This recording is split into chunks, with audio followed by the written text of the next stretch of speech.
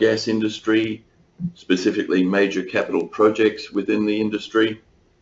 And we supply both people and systems to those projects and companies. And our focus is to help projects improve their performance through personnel and software products and services. Our product set is shown here. Obviously today we're focusing on health and safety and Pims HSE, but we also do document control and cost control, completions and commissioning, and those products are used by different clients throughout the world. But again, the focus today is health and safety, SEMS and Pims HSE. And the thing that differentiates us from all other software companies is we do what's needed to make our software your software.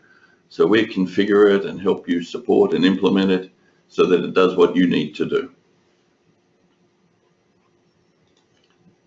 So now I'm going to hand over to Tracy to give you a bit of Energy 21 background on the process we went through. Hi everyone, my name is Tracy Olson. I am a member of the Energy 21 Process Safety Team, which is a division of HSE. Just a quick little background about SEMS and MOC. When we actually first had our first SEMS audit, like most other companies, we had deficiencies. We noticed though that many of our deficiencies could be corrected by a more robust management of change MOC process. That was what really spurred the change for us to start looking into the Pims software itself. We could fix one thing that would lead to, we could fix one thing and that would lead to the fixes for other items by using the MOC process. And in comparison to other companies, we had a much smaller size staff. So this led us to look for solutions that could work on a smaller scale. And we really needed things that would be more automated, but still retain the people aspect. The team I work with had a vision to redefine safety. Instead of addressing each safety components individually, like the branches on a tree shown on your screen right now, we wanted everything to be linked and connected and intuitive for our personnel both in and out of the field.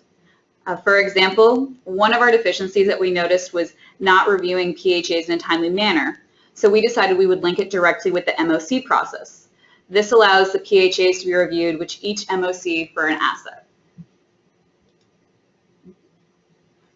The decision to implement Pims HSE and configure it to suit us came when we wanted to redesign and redevelop our HSE to follow a similar and connected structure. This included tying in Pims HSE to other items such as our incident reporting, our government visits, how our documents are uploaded, and our POB module. You'll notice on your screen right now there's actually a snapshot of some of our more used modules. We have quite a few, but these are the ones we use very, very frequently.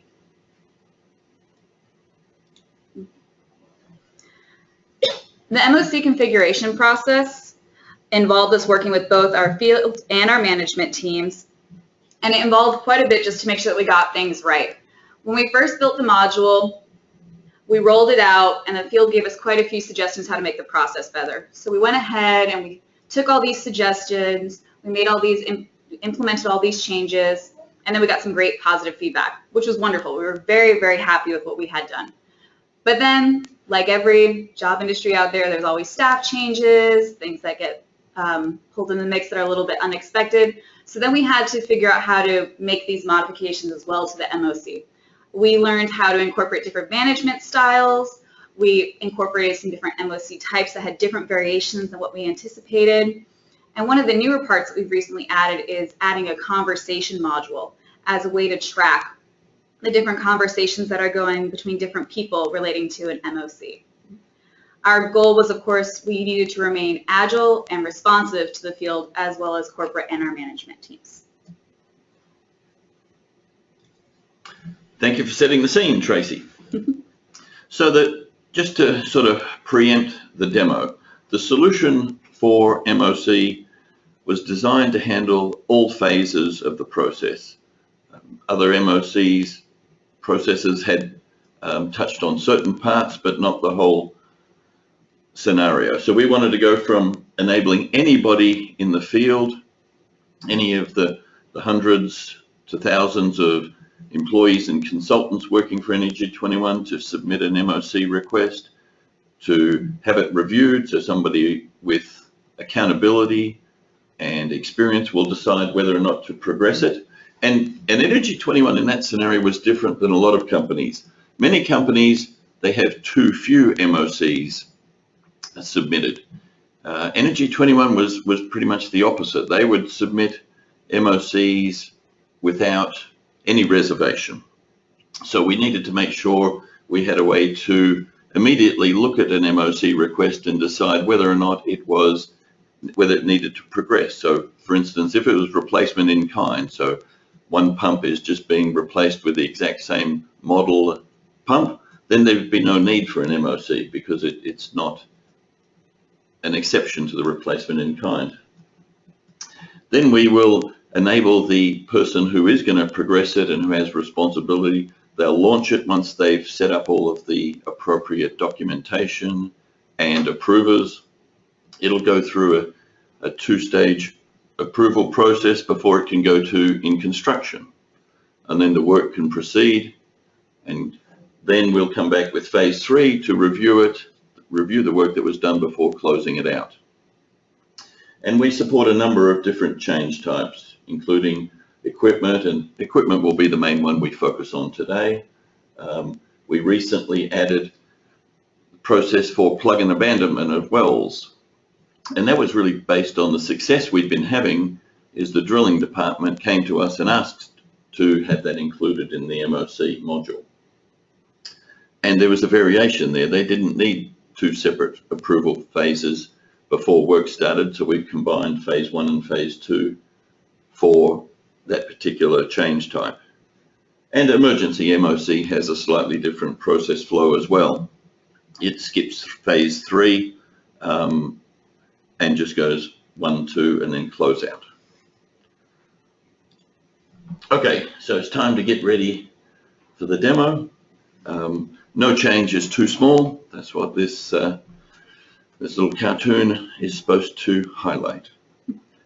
All right, so I'm going to jump in now to Pims HSE. And this is our corporate dashboard.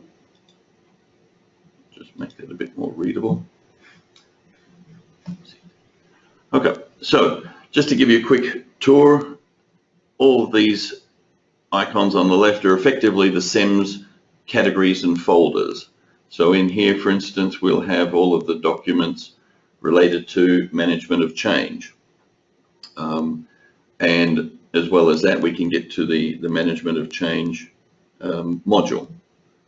We've got a bit further down a map of the platforms and showing which ones have had incidents on them. So if I zoom in, I'm looking at platforms that had an incident in the last 30 days, and that could be anything from a near miss to a minor injury, etc. If I click on the link, it will show me the list of incidents for that particular platform. And I can also sort and search based on the geographic regions. So there's the West region in the last 30 days. And then some of the other elements. This is a list of the current personnel on board the different platforms out in the Gulf. And I can see it by region. I can see crew versus visitors and the total. I've got things like last 10 incidents that have occurred, last 20 safety communications, etc.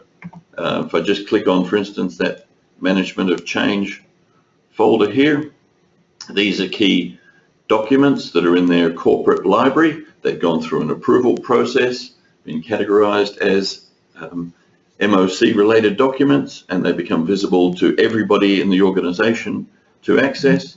And I can also launch a new MOC from here, as well as go straight into the MOC module.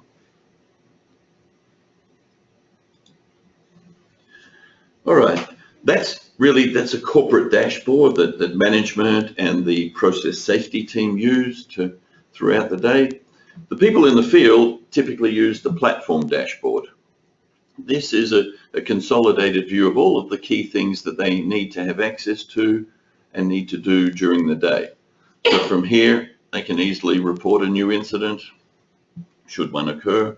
They can go and update their own training competency data. So each individual is allocated a job title. Job titles are matched to competencies, for instance, rigging, crane operations, HAZWOPER, etc. And up in that section, they can go in and update their training certifications when they achieved them and the documentation of that. They can access the SEMS corporate document library. They can go to the POB module. They can go look at government visit reports.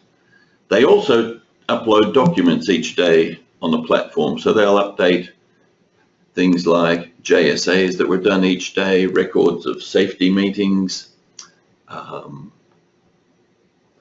work permits, etc. And in this case, we've updated a recent document, which is a hazardous substance register, which fits into the PHA category.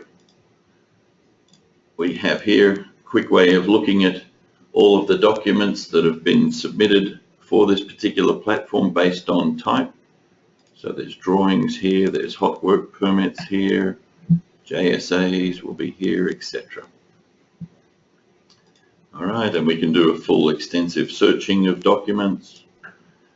We also, to give really a health check on the status of each platform, we also have a link that's maintained by the system for any government visits that have occurred to that platform. So here I've had 2 government visits. Any incidents that have occurred on that platform, okay, and this one we use for testing purposes, so you'll see there's a lot here that don't look highly relevant, but we can sort and search and filter on our incidents that have occurred on the platform. Every MOC that has occurred against this platform will be visible here, and we'll go and create one today against this platform, which will make it appear in this section. Any process hazards analysis that has occurred for this platform is visible here, and they have 2 methods of doing that. One is historically they might have had a previous PHA done and they would store it in the document library and it would be visible here, versus the actual PHA module itself. And platform notifications. So for instance, if the platform gets a phone call from Bessie or the Coast Guard, etc., that they're coming out to visit, they'll record those notifications. They just click the new notification button here, and an email goes out to all of the people that need to be aware of that, which is typically the key people for that particular platform. Okay, so that's a tour of the platform dashboard that's used out in the field. Another thing I want to show you is some of the reporting capabilities that Energy 21 needed that we've built in. So this is a pivot table tool that many of you who are Excel experts will be familiar with. And here we're looking at basically the number of man hours, number of recordables, and the TRIR for each region. So at a hierarchical level, we have all of the platforms are broken into regions, then fields, and then platforms. But this could just as easily be locations. So for instance, we still use this for onshore locations like shore bases. Then we capture our man hours through the POB module. We capture recordables through the incident recording tool, and we calculate the rates automatically. But the beauty of this tool is we can slice and dice it any which way we would like. So currently I'm looking at the last 6 months of 2015. But if I want to look at, for instance, the rates by department within region, I can look at them this way, just drag department down. If I'd rather look at department first and then region, I can calculate it that way. I can go down to the field level and also down to the platform level if I really want, but then I get a large volume of data. I can look at it by things like state versus OCS.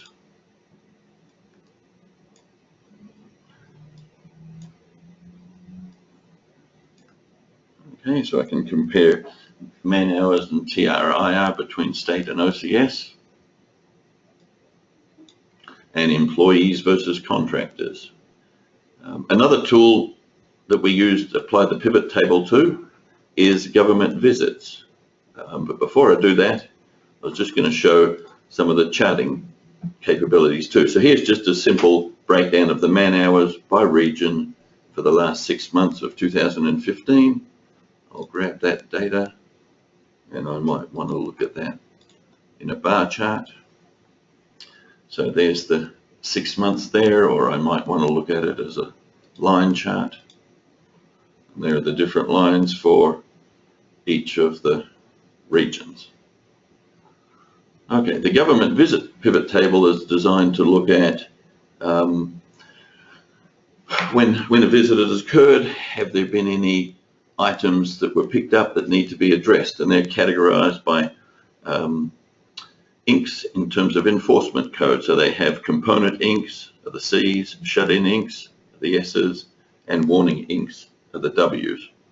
And then they go into ink types. We can also look at a variety of data in here. Basically just slicing and dicing, we can drag different attributes down and look at it any which way. And that's been a great hit in terms of reporting, because many of you know how much time is spent trying to create Excel spreadsheets that show your TRIR by department or by region, or combinations of those, employees versus consultants. This does it for them immediately.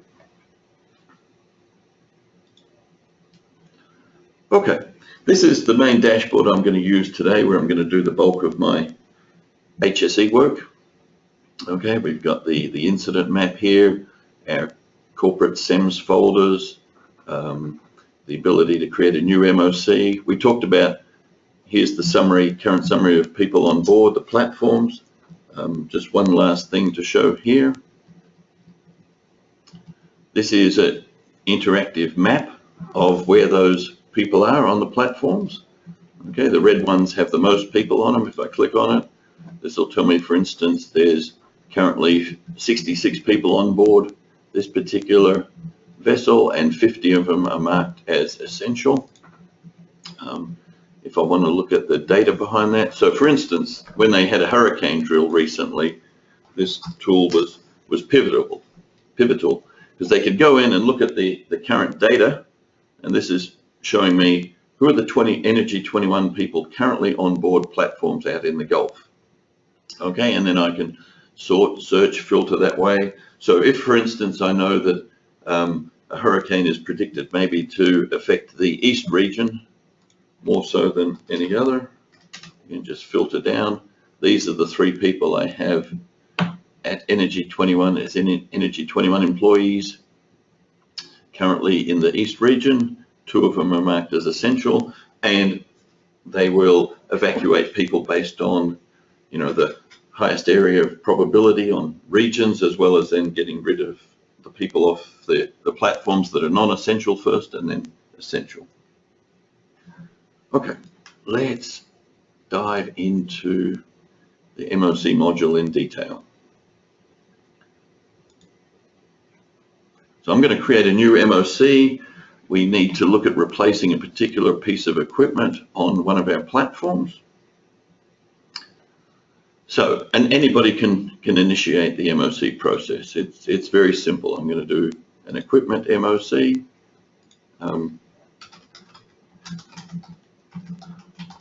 Replacing the valve 9 on this platform. And it is starting to show where. Okay, it's not an emergency one. I'm going to target the date for that to be the end of March, and I'll submit that for approval. And behind the scenes, so this is going to be MOC 1644. Behind the scenes, we have configuration that says for each platform, who are the key people on board? And by key people, there'll be compliance foremen, production superintendents. There'll also be production foremen, field superintendents, and they are the people that get the initial notification that an MOC request has been raised for their platform. So they'll all receive an email. I'm playing the role of a compliance foreman today for that particular platform, so I'll come in. I've got an email about it. Okay, my phone tells me I just got the email. I can click on the link in the email, or I can come in here to the full list of MOCs. And at the top of the list should be 1644. There it is. Okay, this is the overview. This was just what was submitted. Okay, so I'm now the compliance foreman. I'm going to look at this and decide, is this a request that needs to be progressed? Okay, if I knew I could just replace that valve with an identical one, then I would reject this. There'd be no need to progress it because it's not satisfying the requirements. It is in fact replacement in kind. But in this case, I know that that valve's no longer readily available, so I'm going to need somebody to go and find me a suitable replacement. So I'm going to progress the MOC based on that. All right. And in this scenario, on the left-hand side are all of the current MOCs, and you can see their number, what platform or location they're associated with, the status of the current status of that MOC and what type it is. All right, and as I click through different ones, the data will appear to the right of that. So this is my navigation tool for MOCs. Okay, so the overview is fine. I'm going to progress the MOC, and then I'm going to start to prepare it for the team that are going to step this through to close out. So one of the things I want to do, I'm going to upload a file. It's going to in fact be a picture of the tree that has the valve on it.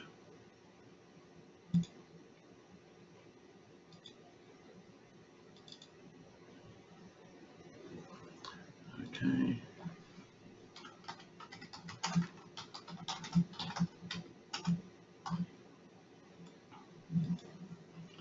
Okay, so we've got that in there because the people that are going to be involved in this process need to have good visibility of what it is. I'm going to also now attach a reference from our corporate SEMS library, and what I'm going to do is just pick out, for simplicity, one of the MOC documents. I'll put in the general instructions for MOC, and I also want to attach and relate specific documents for that platform that we uploaded before. So I'm going to attach here a drawing document that's relevant to this particular MOC. So I'm going to filter down to recent platform documents for that particular platform. So it's searching through the database of documents. There's the drawing that I want to associate with that. Okay, and just to give you a look at that, I'll click on it. So I'm still, as the compliance foreman, preparing everything that is needed really for this MOC package. There's the electrical diagram that they're going to need to know about. Okay, so I've got that set up. I've got my attachment for the tree with the valve. Now I'm going to look at my approvers. As I mentioned before, by default, it's brought in the key people for that particular location, being Trong as the field superintendent, Andrew as the production foreman, and me as the compliance foreman. And the compliance foreman is typically the one that takes accountability and responsibility. All right, and you'll see there's two phases listed here. Phase one is the initial approvers. Phase two will follow on after that. So we didn't want, let me rephrase that. The key people that are field specific, that know the platform, they have the responsibility to decide whether or not to really go into detail here. So they approve it, and once they approve it, then we get corporate people involved and other groups. So we don't want to get them involved until we know we have approval from the field.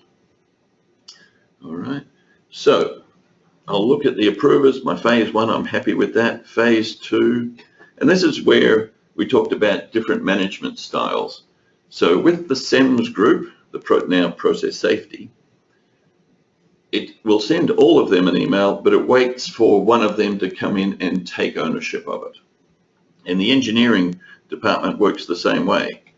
But the regulatory group, they wanted everything to go to the manager, who will then choose based on workloads and the specific scenario involved, which of her staff she wants to delegate that to. So regulatory works differently. It'll always go to the manager, who will then transfer ownership to one of her colleagues. All right, so what I'm going to do, I've prepared the package.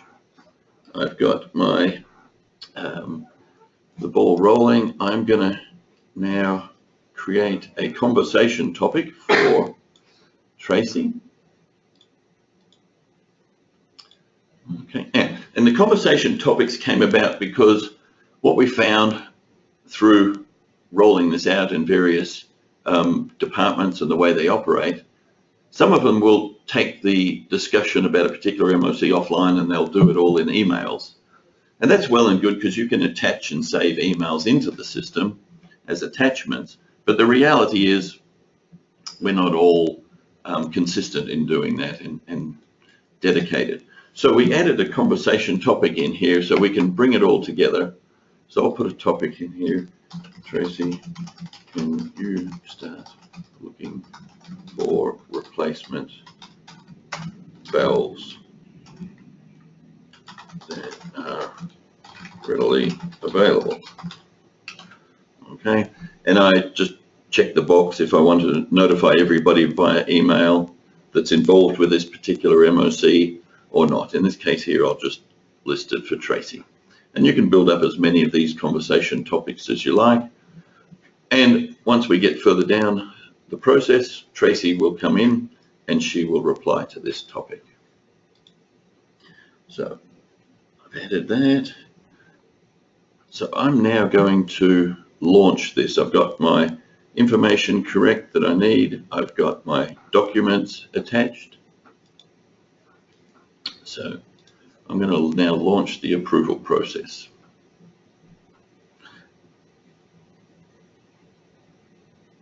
And that's going to trigger an email to the other people here in phase 1. It's opened it up for them. They've got an extra email saying it's now ready for your review and approval. So I'm already logged in separately as Andrew Lamb over here. You can see here I'm now Andrew Lamb. I'm going to go to my MOCs because I got an email that's told me about it.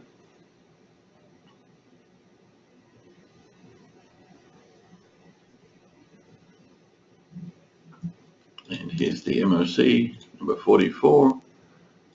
Okay, and I can look at this. Yes, I'm going to fast track this. I would obviously diligently go and look at the pictures and look at the drawings, etc. But since we have limited time, I will come in here as Andrew and I will approve that. Okay, so Andrew's done his job. Close that out. I'll come back here. I refresh, and I'll be able to see here is the compliance foreman that Andrew has in fact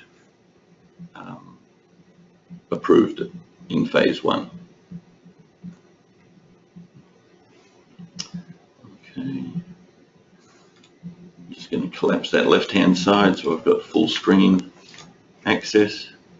So here I can see that yes, in fact, Andrew has approved it.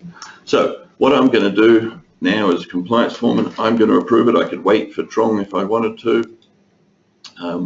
And there's 2 ways I can approve it. If it's a simple one, I can just choose the drop down here and I can add a comment.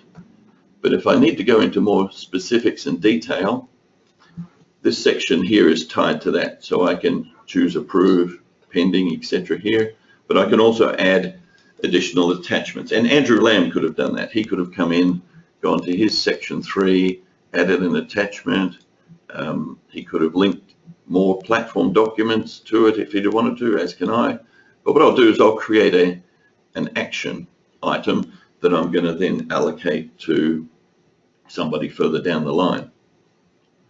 Okay, so it's created an action item here. I can click on that, go in and fill out the details about that, determine the due date and who needs to do it, and shoot that off. But that's enough level of detail here. So now what I'll do, I have created my action item. I will in fact approve it. And this is an example of where we found out and had to remain flexible and agile, because the original business rule was all of the key people or key roles for each platform had to approve it before it would progress to phase 2.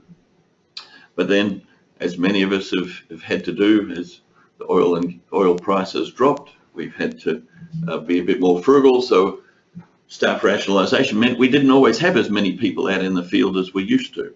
So we modified the business rule. So if we have at least 2 different roles, and in this case here, a compliance foreman and a production foreman fit that, then that's enough for me to proceed from phase 1 to phase 2. So now what we'll see is, in fact, this MOC is launched into phase 2. So the system did that automatically. I'll see here, we've had 2 approvals. It's now launched phase 2. So in fact, Natalie Schumann would have received an email. Claudia Garcia received an email, and everyone in the engineering department that has access and responsibility, and all of the people in the SEMS group, the process safety, would have received an email, and it's waiting for them to come in and take ownership. So what I'm going to do now, I'm now going to be logged in as Tracy. I won't try and speak in a higher voice to simulate that, but you can see here I'm logged in as Tracy. Okay.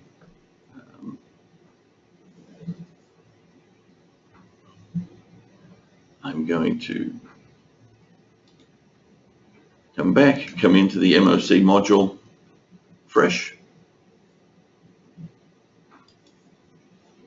And Tracy would, as I said, as one of the process safety SEMS team members, would have received an email to trigger her to go and do this activity.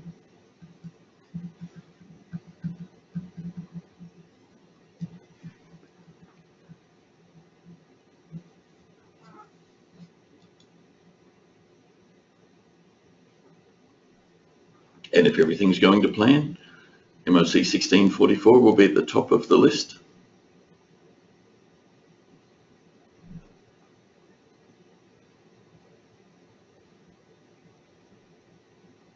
And we can also set up default filters as well, so that, for instance, if Tracy was only interested in and responsible for MOCs for a particular type or a particular region or field, the default list of MOCs available to her would reflect that, and she would see a smaller list.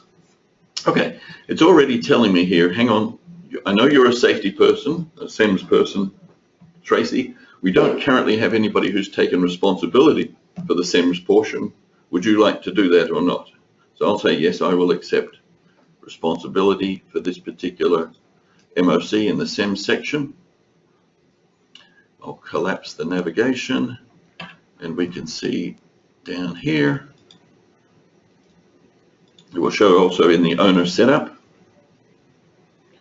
that Tracy Olson boss has taken responsibility for it, and if anything changes, she can transfer ownership to one of her colleagues, and those colleagues, if they're logged in, they also have the ability to take ownership from Tracy. But the system records every one of those activities, every one of the transfers of ownership. So what we're going to do now is Tracy. As I found my mouse. Okay, she's responsible here for all of the SEMS elements and the decision making about those. So the first thing she has to do is decide which of these SEMS elements for this particular MOC are applicable. And I'll just mark them all as applicable initially. And we also have to say, are they applicable in phase 2, phase 3, or both? So I'm going to come down here. Then I'll just quickly step through what the different elements do and have different about them.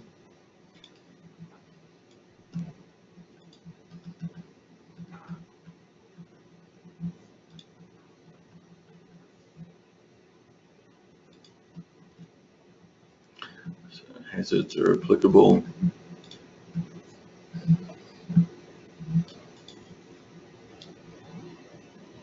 Operating procedures are applicable.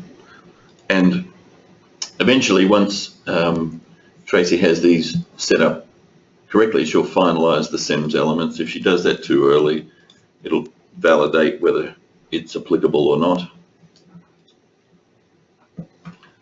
Okay.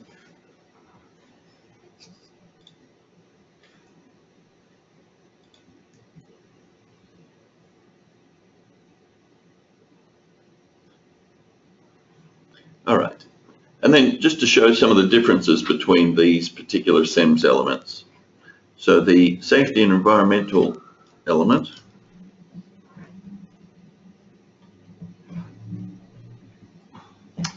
I'm going to make that screen a little smaller so it's fit a bit more on the screen. Okay, so for the safety environmental element, like we had in the other sections, you can upload attachments specific to that SEMS element. You can create actions specifically related to that SEMS element. And it will automatically show you all of the corporate SEMS documents that have been approved that fit into the safety and environmental category. If I look at hazards analysis, okay, these are the PHAs that have been done specifically, and we saw these 4 back in the platform dashboard for this platform. But as well as that, here's that hazard document that we had uploaded today. That's automatically made visible and acceptable and available. All right, so that's what Tracy would do as SEMS. She'd go through each and every one of these SEMS elements. Is it applicable or not? In the case where incident reporting is applicable, then it'll show her a list of all the incidents that have been registered against that particular platform. For a pre-startup review, that one has an extra step to it. So if we say pre-startup review is applicable, okay, then when I come down to that section, it'll automatically attach the relevant pre-startup review documentation for this type of MOC. And just pick that up from the library, and I will assign that off to Shelton Hanks. So I'll send that off to him, and he will process that pre-startup review and upload that back at the end of the day. All right, so and when then Tracy finishes that whole SEMS category, then she would come in here and say, I approve it as a SEMS delegate, and we continue. Okay, but she hasn't completed section 4. Not everything has been marked as applicable. Not everything that has been marked as applicable has been approved yet. But I'm not going to go through all those steps today. But just as an example, I will take the safety and environmental and approve that one. The only other thing I'll do is, Tracy, is I'll go close off that conversation or reply to it. So I'll reply here, and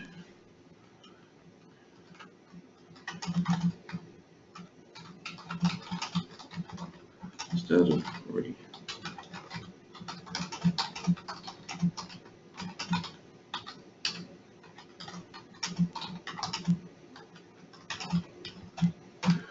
Okay, and she can upload a file as well if she got the relevant information already. Okay, so that's all we're going to do as Tracy as part of progressing the MOC as a SEMS representative. I'm now back looking at, I'm back now as Shane as the compliance foreman, looking at the progress. And I'll be able to see that Tracy has, in fact,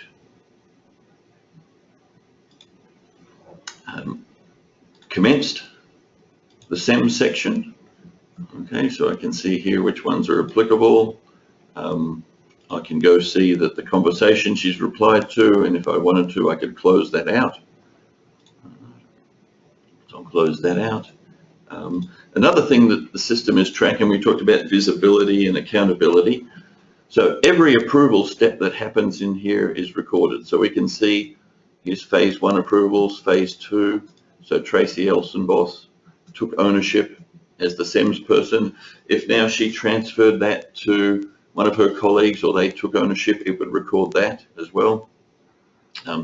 Any comments that anyone in the process submits are visible here. All of the attachments, all of the corporate documents that are that were included by anybody are visible. All of the action items are in here, and any specific platform documents that were referenced here as well. So I'm not going to take this one through to close out because we're trying to do a process that takes days and condense that into half an hour. But while we're here, what we'll do is look at a couple other facets. Here's what we call a Datasheet View. This is all of the key data about each MOC in the system. And it's designed to look and feel a bit like Excel. I can sort, search, filter. So if I want to look at all of the equipment MOCs, I can break that down there like that. If I want to go by particular platforms, I can do that. If I want to say, just show me the emergency MOCs that were of the equipment type, I can do that. I can also export this data straight out to Excel for easy manipulation. If I want to do some more analysis, I can bring it straight into Excel, and there's the data that we were just looking at. And we brought back dates as dates, and numbers will be numbers. All right, and then just to show and talk through the whole process, let's look at a few that have already been closed out. So I'll filter here on ones that have been closed out.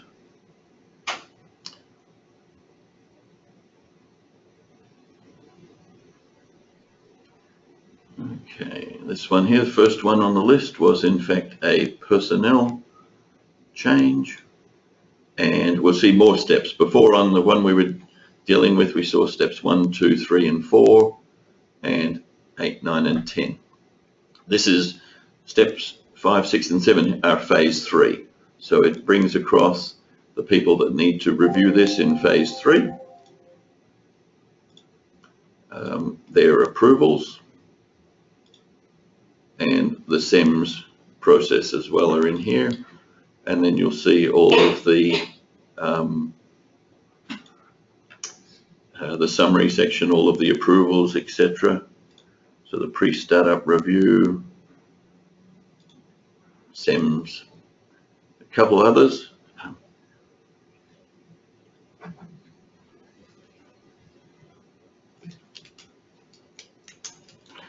What was another one I was going to look at here? Here's another one, an equipment MOC. And a difference here, you can see this one, an emergency MOC. You'll see it skipped over. It skipped over phase 3. So once we had phases 1 and 2 approved, it skipped straight over and we could go through to closeout. and another one that's slight variation to that, 206, was an equipment MOC. And you'll see here a lot of phase 2, 3 approvals. You'll also see here that in the SEMS section, some of the SEMS elements were marked as applicable in phase 2, and some were marked as applicable for phase 3. We did actually have one question while you were doing it. Maybe you can just describe it since we're going to be finishing Yes. things up. The question was, now that we've determined operating procedures are applicable, where do we find the file? I believe they're referring to the SEMS review itself. Yes. So if operating procedures are applicable as a SEMS element, then much like we saw with the safety and environmental information, that all of the corporate documents from the SEMS library related to operating procedures will be available and accessible in this section, just like they were for safety and just like they were here for safety and environmental. So that's where the operating procedures and corporate documents would be visible as well. Oh, the other thing, there was one other thing I was going to show. We talked a lot about visibility. Well, here in fact is the here are all the MOC related emails that the system has sent out. So one of the things we wanted to do compared to previous system was that MOCs would sort of get lost and forgotten about.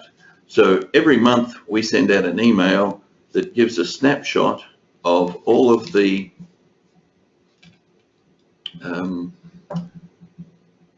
active MOCs. So you can see here MOC numbers, description, location, etc. And if I come up here, I should be able to see all of the emails that have been sent out by the system today related to the particular MOC that we were dealing with. So we can see new equipment change, review requested, review required. This is the one that went to the engineering group. This is the one that went to Shelton Hanks. So that brings me with a little bit of drama, and just to prove that it was completely live, the end of the MOC process and demo. So coming back to wrap up.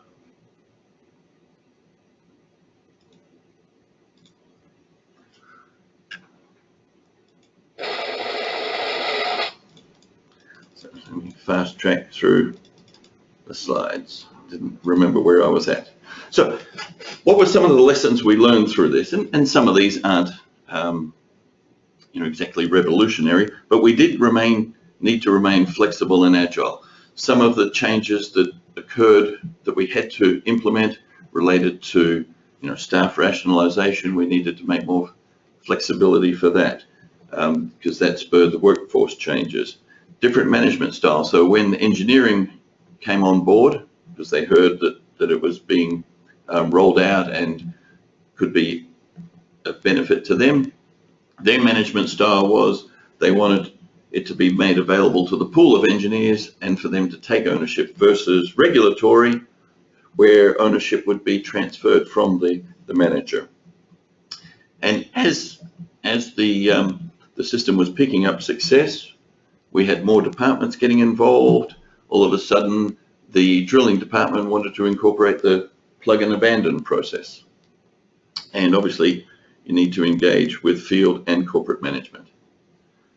So, trying to bring things back to some of those pre-webinar questions we had. We've created a SEMS system where MOC is the centerpiece of it. It's connected to incidents, to action items, to the training module, to hazards and PHAs. It is the centerpiece of the system. We have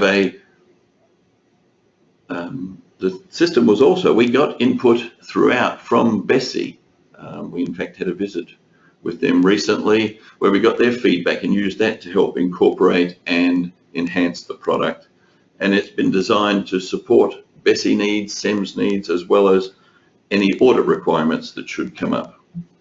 It's remained flexible throughout. It connects the MOC to all of the key SEMS elements. So we touched on a few of those during the demo with the safety and environmental. We talked about operating procedures, etc. The system documents and records all of key actions, activities that occur, and it makes sure that the right people are involved at the right time. So, have we got time for any of the key questions that came up? Yeah, actually, we had a couple other questions. The first one is, how is the security controlled or managed within the system? Good question. So effectively, every user is granted access to roles, and the roles are used to determine what data they can see, what modules they can see, and what actions they can perform. So, and we saw a little bit of that because we saw that Tracy could do the SEMS component, but I couldn't touch that as a compliance format. Someone noticed that there was a rejected MOC in there. Yes. What happens if an MOC is rejected, and is it finished? Is it in limbo? What happens with that? Yep. So if a MOC is rejected, it is in fact, they have to put a reason in. So typically it would be something like an MOC wasn't necessary in this case because you're replacing like equipment with like equipment. It does end the process. If they want to dispute that, then effectively they would just create another MOC. But you can stop the process at any time. Any of those key people that have accountability and experience, they can stop the process at any time. They can reject it at that high level or in their SEMS element. But if somebody can reject it in their approval step, if that happens, it goes back to the compliance foreman, and the compliance foreman does have the ability to have a conversation with you about that and maybe, I won't say convince you to change your mind, but maybe provide some additional information that might make you to think, no, I should approve this and let this continue.